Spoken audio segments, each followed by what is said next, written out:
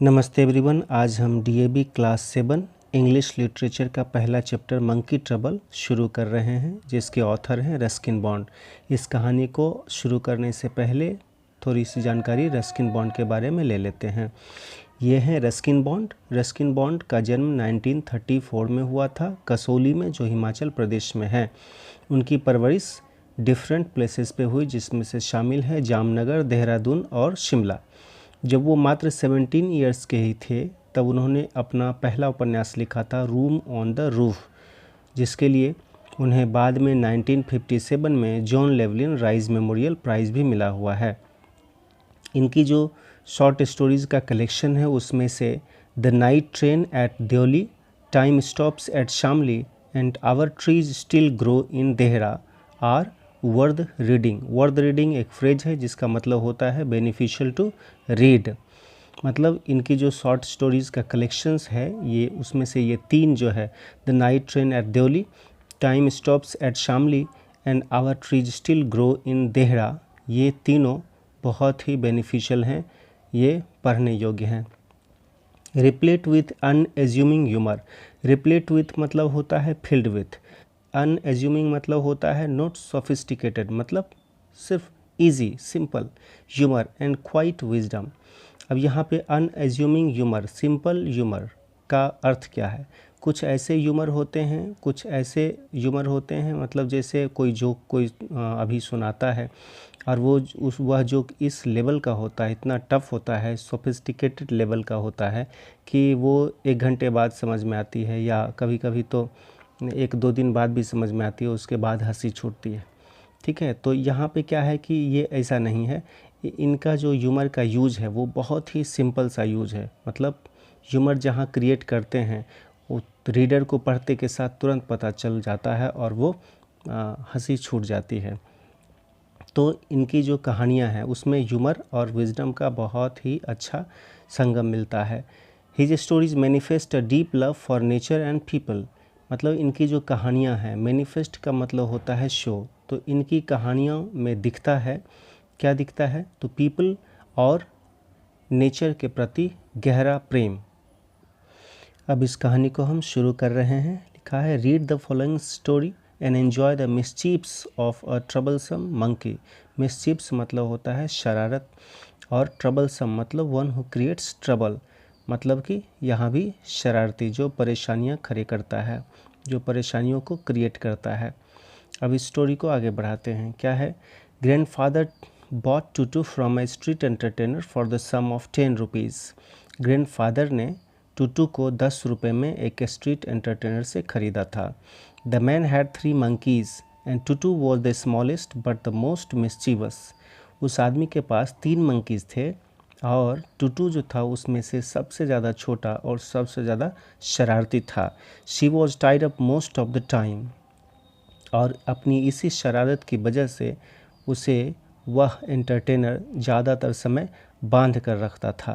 The little monkey looked so miserable with a collar and a chain that grandfather decided it would be much happier in our home. अब grandfather जब उस little monkey को, उस छोटी सी monkey को जब chain में और कॉलर में जब वो देखे तो उस पर उन्हें दया आ गई और उन्होंने तय किया, उन्होंने सोचा कि यह मंकी उनके घर में ज़्यादा खुश रहेगी, और इसी कारण से उन्होंने 10 रुपये में इस मंकी को खरीद लिया। Grandfather had a weakness for keeping unusual pets. अब ग्रैंडफादर की ये बहुत बड़ी कमज़ोरी थी कि अनयूजुअल पेट्स को रखने की। अनयूजुअल पेट्स मतलब जिसे जनरली यूजुअली जो हैं सो लोग अपने घरों में नहीं पालते हैं, वैसे वैसे पेट्स, लेकिन ग्रैंडफादर की ये कमज़ोरी थी। ऐसे ऐसे ही पेट्स वो अपने घर में पालते थे, रखते थे। It was the habit that I at the age of 8 or 9 use to encourage. और ग्रैंडफादर की जो यही आदत जो थी, इस आदत को जब ऑथर रस्किन बॉन्ड 8 या 9 साल के थे तो ग्रैंडफादर के इस आदत को वो बढ़ावा देते थे। Grandmother at first objected to having a monkey in the house. अब जो है सो जैसे ही वो घर लेकर आते हैं ग्रैंडफादर उस मंकी को, तो ग्रैंडमदर जो है उसे रखने के लिए तैयार नहीं होती है। शुरू शुरू में उसे कहती कि नहीं, मैं इसे नहीं रखूँगी। और वो यह भी कहती है कि आपके पास पहले से ही काफ़ी पेट्स हैं, और वो इशारा करती है क्या क्या है, जैसे कि एक गोट था और सेवरल वाइट माइस, कई उस सफ़ेद चूहे थे जिसको गांव घर में बिलायती मूस भी कहते हैं, एंड अ स्मॉल टॉर्टवाइज, ठीक है, और एक छोटा सा कछुआ भी था उनके पास।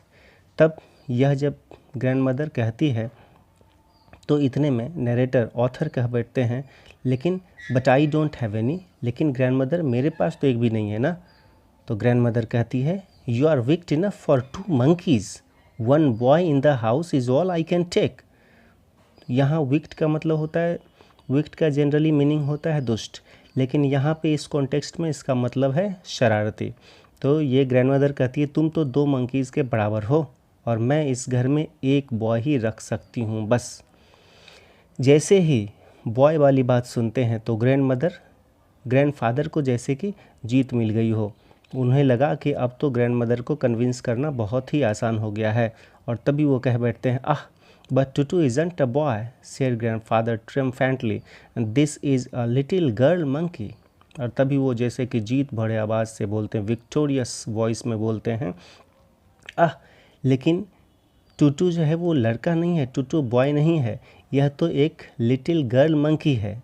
और जब गर्ल मंकी की बात सुनती है ग्रैंड मदर, तो ग्रैंड मदर मान जाती है, वो अब ऑब्जेक्ट करना छोड़ देती है, उसे रखने के लिए तैयार हो जाती है। क्यों? क्योंकि वो हमेशा से चाहती थी, she had always wanted a little girl in the house, she believed girls were less troublesome than boys, and Tutu was to prove her wrong. Grandmother अब जब वो यह सुनती है कि वह गर्ल मंकी है, तो उसे अपने घर में रखने के लिए तैयार हो जाती है, क्योंकि वो हमेशा से चाहती थी कि उसके घर में एक छोटी लिटिल गर्ल हो। वह मानती थी कि गर्ल्स जो है वो बॉयज़ से कम शरारती होती है, कम बदमाशी करती है। And Tutu was to prove her wrong, और टूटू को ग्रैंड मदर के इस बिलीफ को गलत साबित करना था। She was a pretty little monkey, वो बहुत ही प्यारी सी छोटी सी मंकी थी। Her bright eyes sparkled with mischief beneath deep-set eyebrows, and her teeth, which were pearly white, were often revealed in a grin that frightened the wits out of Aunt Ruby, whose nerves had already suffered from the presence of grandfather's pet python in the house at Lucknow. उसकी जो आँखें थी, जो little monkey है, girl monkey है टूटू, उसकी आंखें बड़ी चमकीली थी और उसमें बहुत सारी शरारतें छुपी हुई थी, और उसके दांत जो मोती की तरह सफ़ेद थे, वो जब मुस्कुराती थी तो वह दिख पड़ता था। और यह दृश्य आंट रूबी को ख़ास तौर से बहुत ज़्यादा डरा दिया करता था, क्योंकि आंट रूबी पहले भी ग्रैंडफादर के पेट पाइथन मतलब होता है अजगर, ये अजगर का बच्चा था, उसको पाल करके रखे हुए थे। Python in the house at Lucknow में ग्रैंडफादर्स का एक पेट था पाइथन, उससे भी ये बहुत परेशान थी वहाँ पे। But this was Dehra, my grandparents house, and aunts and uncles had to put up with our pets. लेकिन ये क्या था? ये तो देहरा था, और देहरा जो ग्रैंड पेरेंट्स का अपना घर था, और यहाँ पे आंट्स और अंकल्स को अगर रहना है तो उन्हें ग्रैंड पेरेंट्स के पेट्स को टॉलरेट करना ही होगा। यहाँ पे पुट अप विथ यह एक फ्रेज है जिसका मतलब होता है टॉलरेट करना, उसको झेलना, ठीक है। One day aunt Ruby took us all by surprise, she announced that she had become engaged. We had always thought that Aunt Ruby would never marry, she had often said herself, but it appeared that the right man had now come along in the person of Rocky Fernandez, a school teacher from Goa. एक दिन क्या कि aunt Ruby जो है वो पूरे परिवार को सरप्राइज़ में डाल दी, पूरे परिवार को आश्चर्यचकित कर दी जब वह अनाउंसमेंट करी कि उन्होंने शादी के लिए लड़का पसंद कर लिया है। क्योंकि घर के जो जितने परिवार थे, मतलब घर परिवार के जितने भी सदस्य थे, जितने भी लोग थे, उन सबको ये पता था कि वो कभी शादी करेगी ही नहीं, क्योंकि यह चीज़ वो खुद ही प्रायः कहा करती थी। लेकिन शायद अब उन्हें रॉकी फर्नांडिस में, जो गोवा का रहने वाला है और स्कूल टीचर है, उसमें शायद उन्हें सही आदमी मिल गया, और उन्होंने तय कर लिया कि वो रॉकी फर्नांडिस से ही शादी करेगी। Rocky was a tall, firm-jawed, good-natured man who visited the house quite often and brought me chocolates and cashew nuts, of which he seemed to have an unlimited supply. Rocky एक toll आदमी था, firm जाउड था, दृढ़ जबड़ा वाला, और good नेचर्ड, बहुत ही अच्छे स्वभाव का आदमी था, जो प्रायः घर पे आया करता था मिलने जुलने, और ख़ास तौर से नरेटर के लिए, ऑथर के लिए चॉकलेट्स और कैश्यू नट्स मतलब होता है काजू, तो चॉकलेट्स और कैश्यू नट्स ढेर सारे वो लाया करता था और नरेटर को दिया करता था। नरेटर बहुत खुश थे क्योंकि जब जब वो आते थे तब तक नरेटर को ये सारी चीज़ें मिल जाती थी और ढेर सारी मात्रा में, तो ये बहुत ज़्यादा खुश थे। इन्हें रॉकी कुछ ज़्यादा ही पसंद था। Naturally I approved of Rocky. अब इतना चीज़ बच्चे को दोगे तो बच्चा तो पसंद करेगा, तो वो छोटे थे तो वो उन्हें अपना चॉकलेट मिल जाता था, कैश्यू नट्स मिल जाता था, जो उनके पसंदीदा चीज़ थे, इसलिए उन्हें तो बहुत पसंद थे। और नरेटर ने जो है आंट रूबी को भी, आंट रूबी की भी तारीफ़ की, ये कहकर कि आंटी क्या वाइज चॉइस है आपका। ठीक है, अब ये नीचे लास्ट वाला पैराग्राफ है। One day I overheard them talking of going to bazaar to buy an engagement ring. एक दिन जो ऑथर हैं वो रॉकी और आंट रूबी को आपस में बातचीत करते हुए सुने। वो लोग बातचीत कर रहे थे कि बाज़ार जाकर एक एंगेजमेंट रिंग खरीदने के बारे में बातचीत कर रहे थे। I decided I would go along too. तो नरेटर ने सोचा कि उन्होंने तय किया कि वो भी उन लोगों के साथ जाएंगे। But as aunt Ruby had made it clear that she did not want me around, I decided that I had better follow at a discreet distance. Narrator को जाने की इच्छा थी साथ में, लेकिन आंट रूबी ने सीधा सीधा मना कर दिया उन्हें अपने साथ ले जाने से। तो इसलिए नरेटर क्या किए, वो डिसाइड किए कि वो उन दोनों को बाज़ार तक फॉलो करेंगे, उनके पीछे एक दूरी बना करके। डिस्क्रीट डिस्टेंस मतलब बहुत ज़्यादा दूरी नहीं है, इतना ही दूरी है जितने में जिसको आप फॉलो कर रहे हो, ठीक है, उसको आप अच्छे से फॉलो कर सको और वो आपको आसानी से देख भी ना सके पीछे मुड़कर। Toto becoming aware that a mission of some importance was under way decided to follow me. जब टूटू को यह पता चला कि कोई एक ख़ास मिशन है जो चल रहा है, जिसकी तैयारी चल रही है, तो उसने भी मुझे फॉलो करने के बारे में सोचा, तय किया। But as I had not invited her along, she too decided to keep out of sight. मैंने भी उसे अपने साथ इन्वाइट नहीं किया, इसलिए उसने भी मुझे चुपके से फॉलो करने का सोचा। वंस इन द क्राउडेड बाजार, I was able to get quite close to Aunt Ruby and Rocky without being spotted. अब बाज़ार में बहुत ज़्यादा भीड़ थी, इसलिए ज़्यादा पीछे ना छूट जाए, इसलिए थोड़ा सा क्लोज वो चलते चले जा रहे थे फॉलो करने के दौरान। और एक बार तो वह आंट रूबी और रॉकी के करीब करीब बहुत ज़्यादा नज़दीक सट गए थे। I waited until they had settled down in a large jewelry shop before sauntering past and spotting them as though by accident. अब क्या हुआ, तो नरेटर जो हैं वो दूर ही खड़े रहकर इंतज़ार कर रहे थे कि उनकी नज़र पड़े और मुझे बुलाए, तो वो दोनों को जाने दिए। तो आंट रूबी और रॉकी जो है वो दुकान में चले गए। वहाँ जा कर के और अपने पसंद का रिंग, जो एंगेजमेंट रिंग खरीदने आई थी आंट रूबी, वो अपना देखने के लिए तैयार ही हो रही थी। वहाँ पे मतलब उस दुकान पे पहुँच गए, सेटल्ड हो गए, और वो राइटर जो थे, ऑथर जो हैं, वो थोड़े से पीछे रह गए और वहीं से इंतज़ार कर रहे थे।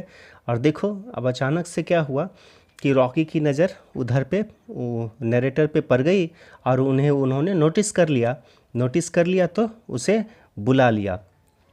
क्या, उसे बुला लिया। लेकिन जब वो आए यहाँ पे तो आंट रूबी तो बहुत ही ज़्यादा खुश नहीं थी, वो तो नाराज़ ही थी क्योंकि उसके इच्छा के विरुद्ध हुआ था।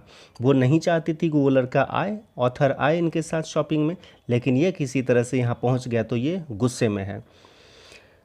But Rocky waived and called out, लेकिन रॉकी जो है वो उसे बुला लेते हैं, हाथ से इशारा करके बुला लेते हैं। Come and join us, help your aunt choose a beautiful ring, आ जाओ और हमें ज्वाइन करो और अपनी आंट को मदद करो उनके पसंद की रिंग ढूंढने में, खरीदने में। ऑथर कहते हैं the whole thing seemed to be a waste of good money, but I did not say so, aunt Ruby was giving me one of her most unloving looks. Narrator को लगता है कि बेकार का पैसा जो है सो अच्छा खासा पैसा बर्बाद हो रहा है उस रिंग को ख़रीदने में, लेकिन बेचारी वो कुछ कहते नहीं हैं। और आंट रूबी जो है वो उसे बहुत ही गुस्से वाली नज़र से देख रही थी। While the jeweller and aunt Ruby were shifting through the diamond rings, Tutu had slipped into the shop without being noticed by anyone but me. जब वो ज्वेलर और आंट रूबी, ज्वेलर जो है सो वो डायमंड रिंग्स दिखा रहे थे aunt Ruby को और आंट रूबी देख रही थी, इसी दौरान टूटू क्या किया कि टूटू जो है वो स्लिप करके घुस गई अंदर में, दुकान के अंदर घुस गई। किसी ने देखा नहीं, बस सिर्फ ऑथर ने देखा। A little squeal of delight was the first sign she gave of her presence. और जब वो अंदर पहुंची तो एक आवाज़ वो निकाली, चिल्लाई, खुश होकर के, जैसे वो अपने मिशन में कामयाब हो गई हो, किसी ने देखा नहीं उसे, अंदर घुस गई, तो बस उसका ये स्वभाव है। तो वो अपना एक लाउड सा क्राई दी, जिससे कि सबको पता चल गया कि ये मंकी अंदर घुस गई है। Everyone looked up to see her trying on a pretty necklace. सब ने देखा, वहाँ पे जो दुकान पे प्रेजेंट थे सब ने देखा कि वो एक बहुत ही प्यारी सी नेकलेस पे, गले का जो हार है उसे अपने गले में पहनकर देख रही थी। And what are those stones, I asked. तो नरेटर ने इस बीच में पूछा, ध्यान सबका भटकाने के लिए, और वो स्टोन्स क्या हैं? तो रॉकी समझाते हैं, वो कहते हैं कि दे लुक लाइक पर्ल्स, वो तो पर्ल्स की तरह लगते हैं, शायद मोती हैं। तो दुकानदार कहते हैं they are pearls, making a grab of them. एक मुट्ठी उसको मुट्ठी में उठाते हैं और कहते हैं ये जो हैं पर्ल्स हैं, मोती के हैं। It's that dreadful monkey, cried aunt Ruby,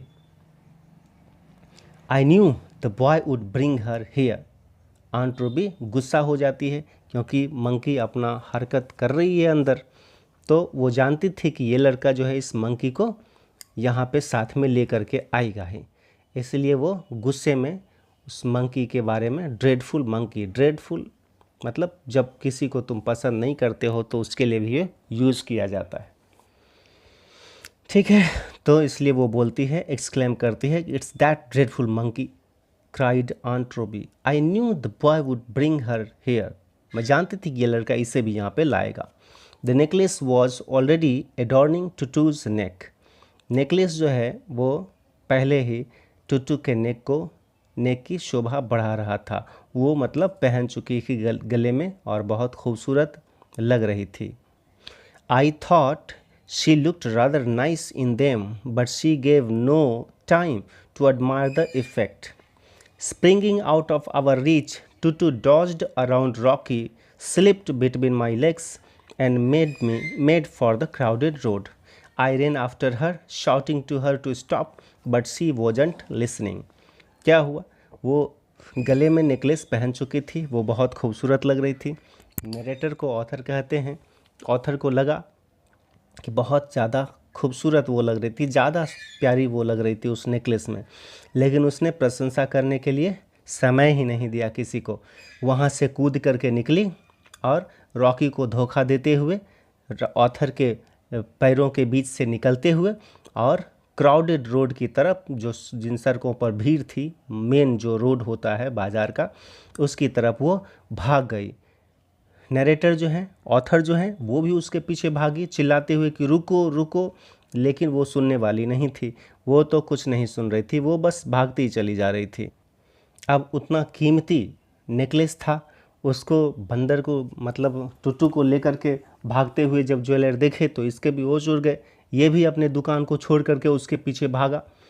so did Rocky, Rocky भी उसके पीछे भागे। So did several bystanders who had seen the incident, और बाकी जिसने जिसने जो भी वहाँ पे खड़े हुए थे, जो लोग खड़े हुए थे वहाँ पे, जिन्होंने भी देखा यह घटना कि वह एक पर्ल का नेकलेस पहन करके भागी है, सारे लोग उसके पीछे भागने लगे। And others who had no idea what it was all about joined in the chase, और कुछ अदर्स दूसरे लोग भी जिन्हें बिल्कुल ही आइडिया ही नहीं था कि ये सब हो क्या रहा है, वो भी सब भाग रहे थे, इसलिए वो भी इसके पीछे भाग गए। As grandfather used to say, in a crowd everyone plays follow the leader even when they don't know who is leading. Not everyone knew that the leader was Tutu. Only the front runners could see her. सभी जिसको कोई idea नहीं था वो भी उसके पीछे भाग रहे थे। बस चेस हो रहा था उसको सबने ज्वाइन कर लिया। जैसा कि ऑथर के ग्रैंडफादर कहा करते थे कि जब भीड़ होती है ना, तो वहाँ पे जितने भी लोग होते हैं वो सिर्फ फॉलो द लीडर, मतलब जो भी लीड कर रहा है उसको बस फॉलो करना है, even when they don't know who is leading. यहाँ तक कि उसे पता भी नहीं होता कि लीडर है कौन लीड कर रहा है, बस सिर्फ सभी पीछे पीछे जा रहे हैं, सब फॉलो कर रहे हैं, तो लोग भी फॉलो करने लगते हैं। किसी को पता नहीं था कि टूटू लीडर है। ठीक है, इस चेस का लीडर कौन है, मतलब ये जो सब लोग भाग रहे हैं जिसके पीछे, किसके पीछे भाग रहे हैं, लीडर। इस भीड़ को, इस क्राउड को कौन लीड कर रहा है, ये टूटू है। Only the front runners could see her, सिर्फ जो उसके पास जो भाग रहे थे वही सिर्फ उसको देख पा रहे थे, टूटू को। बाकी पीछे बहुत सारी भीड़ थी, उसमें से सबके लिए देखना संभव नहीं था। She tried to make her escape speedier by leaping onto the back of a passing scooterist. जब टूटू भागती है, देखिए सब उसके पीछे भाग रही है, सब उसके पीछे भाग रहे हैं उसको पकड़ने के लिए। तो ये अपने जो रेस है उसको और स्पीड करने के लिए, भागने की गति में और गति को बढ़ाने के लिए वो क्या करती है कि एक स्कूटरिस्ट वहाँ से निकल रहे होते हैं, स्कूटर लेके निकल रहे होते हैं, स्कूटर से जा रहे होते हैं, उनके पीछे वो जंप कर जाती है, कूद जाती है। The scooter swept into a fruit stall and came to a standstill under a heap of bananas, while the scooterist found himself in the arms of an indignant fruit seller. Tutu peeled a banana and ate part of it before deciding to move on. अब क्या होता है, जैसे ही ये स्कूटरिस्ट के ऊपर पीछे jump करती है, उसके सीट पर जंप करती है, स्कूटर का बैलेंस गड़बड़ाता है और वो जा कर के एक बनाना का ढेर था वहाँ लगा हुआ था, उसी से जा कर के टकरा जाता है जाती है वो स्कूटर, और जो स्कूटरिस्ट होते हैं वो उधर गिर जाते हैं। फ्रूट सेलर के आगे वो पकड़ता है उसे, और टूटू जो है केले के ढेर पर जंप कर जाता है, और वहाँ से जब तक ये फ्रूट सेलर संभलता है तब तक जो है टूटू एक केले को वहाँ से फटाफट छीलती है और आधा उसको खाती है और फिर वहाँ से भाग जाती है। From an awning she made an emergency landing on a washerman's donkey. The donkey promptly panicked and rushed down the road, while bundles of washing fell by the wayside. अब क्या हुआ, वहाँ से मंकी को लगा कि उसे स्पीड की ज़रूरत तो है, नहीं तो सब लोग इसे पकड़ लेंगे। तो उसने क्या किया, एक इमरजेंसी लैंडिंग किया। वॉशरमैन्स डंकी था, वो धोबी थे, वो जा रहे थे अपने डंकी के ऊपर कपड़ों का बंडल लेकर के वो जा रहे थे। उसने क्या किया, मंकी ने क्या किया, डंकी के पीठ पर जा कर के कूद पड़ा और उसके उस पे जो गट्ठर थे वो नीचे गिर गया। जैसे ही वो उसके मतलब उस डंकी के पीठ पे जंप करी, वो पैनिक हो गया, वो जो है पैनिक हो गया, डंकी पैनिक हो गया और वो वहाँ से भागा बहुत तेज़ रफ्तार में, और उसके पीठ पे बैठा हुआ है मंकी, मतलब टुट्टू। सारे लोग भाग रहे हैं, इसकी गति और तेज़ हो गई और तेज़ी से भागते जा रहे हैं। The washerman join in the chase, उसका डंकी आगे आगे भाग रहा था तो उसे भी चेस को ज्वाइन करना था, वो भी अपने डंकी के लिए भागा। Children on their way to school decided that there was something better to do than attend classes. With shouts of glee, they soon overtook their panting elders. क्या हुआ? बच्चे जो अपने अपने स्कूल जा रहे थे उन्हें भी लगा कि छोड़ो स्कूल क्या करें, क्लास से ज़्यादा मज़ा कुछ यहाँ पे आने वाला है, और इसीलिए बहुत ही खुश होकर हंसते खिलखिलाते चिल्लाते चीखते वो जो हैं भागने लगे। और जो एल्डर्स थे जो बहुत दूर भाग चुके थे, पैंटिंग का मतलब होता है मतलब ब्रीदिंग हैविली, बहुत, क्योंकि वो थक गए थे एल्डर्स जो थे, इनसे बड़े बड़े लोग जो भाग रहे थे बहुत पहले से, ठीक है, और उनको ओवरटेक कर लिए, मतलब उनसे आगे वो निकल गए, बच्चे जो थे वो भागते भागते। ये सड़क पर डंकी के ऊपर भागने की तस्वीर है, इसे भी देखना है ठीक से। Toto finally left the bazaar and took a road leading in the direction of our house. क्या किया? टूटू जो है फाइनली बाजार को छोड़ा और एक सड़क लिया, एक रोड लिया जो ऑथर के घर की ओर जाता था। But knowing that she would be caught and locked up once she got home, she decided to end the chase by ridding herself on the necklace. तब उसको तुरंत ही एहसास हो गया कि अगर वो इस तरह से नेकलेस पहन करके घर जाएगी तो वहाँ पे ग्रैंड मदर जो है इसकी शरारत से गुस्सा हो करके इसे लॉक कर देगी। इसलिए क्या किया, उसने सोचा कि इस नेकलेस से ही अब छुटकारा पा लेते हैं। Deftly removing it from her neck, she flung it in the small canal that run down the road. तो उसने तुरंत ही क्या किया, उस नेकलेस को अपने गले से निकाला और उसे जो वही उसी रोड के किनारे में जो है एक झील, एक कैनल था, एक तालाब था, उसी में फेंक दिया, उसी में फेंक दिया और वो भागती रही। ज्वेलर ने देखा उसे फेंकते नहीं तो है, the jeweller with a cry of anguish plunged into the canal. वो क्या किया, ज्वेलर जो है, एंग्विश का मतलब होता है मेंटल पेन, मेंटल सफरिंग, मानसिक रूप से वो बहुत ही ज़्यादा सफ़र कर रहा था क्योंकि बहुत ही कीमती उसका ये नेकलेस था और जिसे वो कैनल में फेंक चुकी थी। टुटू बेचारा चिल्लाते हुए उसमें कूदा। So did Rocky, so did I, so did several other people, both adults and children, and it was to be a treasure hunt. इस तस्वीर में देखा जा सकता है ने रॉकी भी जंप किया, ऑथर भी जंप किए और बहुत सारे अलग जो भी लोग थे, चाहे एडल्ट थे, बड़े थे या चिल्ड्रन थे, छोटे छोटे बच्चे थे, सब उसमें कूद पड़े उसी नेकलेस को ढूंढने के लिए, जैसे मानो ये कोई खजाने की खोज हो। सम 20 मिनट्स लेटर, सम यहाँ पे सम का मतलब अबाउट हो गया, अबाउट 20 मिनट्स लेटर, लगभग जो है 30 मिनट के बाद, 20 minutes later, Rocky shouted, I have found it! Covered in mud, water lilies, ferns, and tadpoles, we emerged from the canal, and Rocky presented the necklace to the relieved shopkeeper. और जब ये search शुरू हुआ, frantic search शुरू हुआ, तो luckily जो है रॉकी को ये नेकलेस मिला। मड में, वाटर लिली में, फर्न्स और टेडपोल्स में ये सना हुआ था। उसे निकाला, बाहर आया, सब बाहर आए और उसके बाद रॉकी ने उस रिलीव्ड, वो शॉपकीपर अब रिलीव है, वो ज्वेलर जो है वो रिलीव्ड है, मतलब अब राहत की सांस ले रहा है, उसे राहत मिल गई है क्योंकि नेकलेस अब मिल चुका है। तब उसको वो रॉकी नेकलेस उसको भेंट करते हैं, उसको वापस देते हैं। And finally the ring was bought, the engagement was announced and a date was set for the wedding.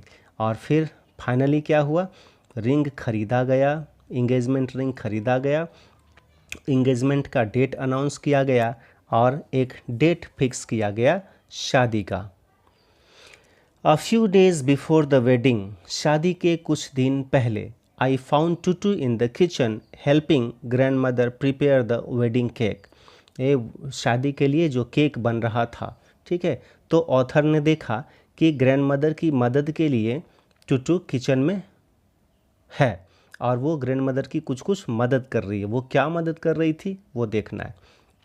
Tutu often helped with the cooking and when grandmother wasn't looking, added herbs, spices and other interesting items to the pots.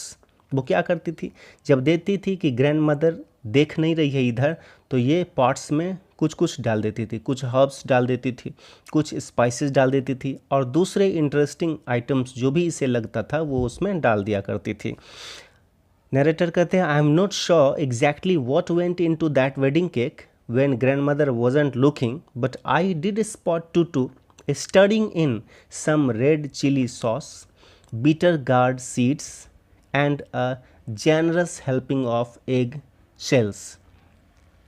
Author कहते हैं कि मैं exactly तो नहीं कह सकता कि क्या क्या उसमें गया, लेकिन हाँ हमने जो देखा वो ये देखा। क्या क्या देखा कि टूटू को देखा कि टूटू जो है वो मिला रही थी उसको, वेडिंग केक को ऐसे ऐसे चला रही थी और उसमें डालती चली जा रही, तो जो जो डाली वो देखा। क्या डाला, तो रेड चिली सॉस उसमें डाल दी, फिर बिटर गार्ड मतलब करेला जो होता है, करेले का सीड्स उसको उसमें डाल दिया, उसे ऐसे ऐसे ऐसे मिला दिया।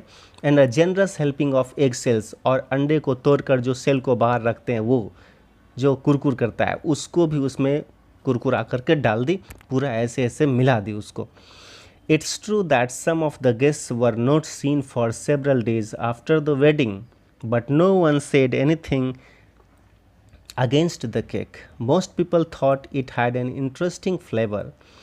ये बिल्कुल सही है कि वेडिंग के बाद, शादी के बाद बहुत सारे गेस्ट जो हैं वो आए नहीं दोबारा लौट के अपना यहाँ पे हैं, लेकिन उस केक के बारे में किसी ने उसके अगेंस्ट, उसकी बुराई में, उस केक की बुराई में किसी ने कुछ नहीं कहा, क्योंकि ज़्यादातर लोग जो हैं उन्हें लगा कि ये कुछ इंटरेस्टिंग फ्लेवर है, कुछ अलग तरीके का केक है। ठीक है, तो ये थोड़ा सा लंबा वीडियो हो गया है क्योंकि इसमें इंग्लिश में पहले टेक्स्ट को पढ़े हैं, फिर उसका रेफरेंस दिए हैं हिंदी में। इसको देखना है, थोड़ा सा पेशेंस रख के देख लेना है। आधे घंटे का होगा, 30-35 मिनट का होगा ये वीडियो, लेकिन सब कुछ समझ में आ जाएगा। ठीक है, फिर जैसा लगे कमेंट करना है, बताना है। अगर उस तरह का होगा तो हम सिर्फ इसका हिंदी में समरी कर देंगे, अगर डिमांड आया तो। ठीक है।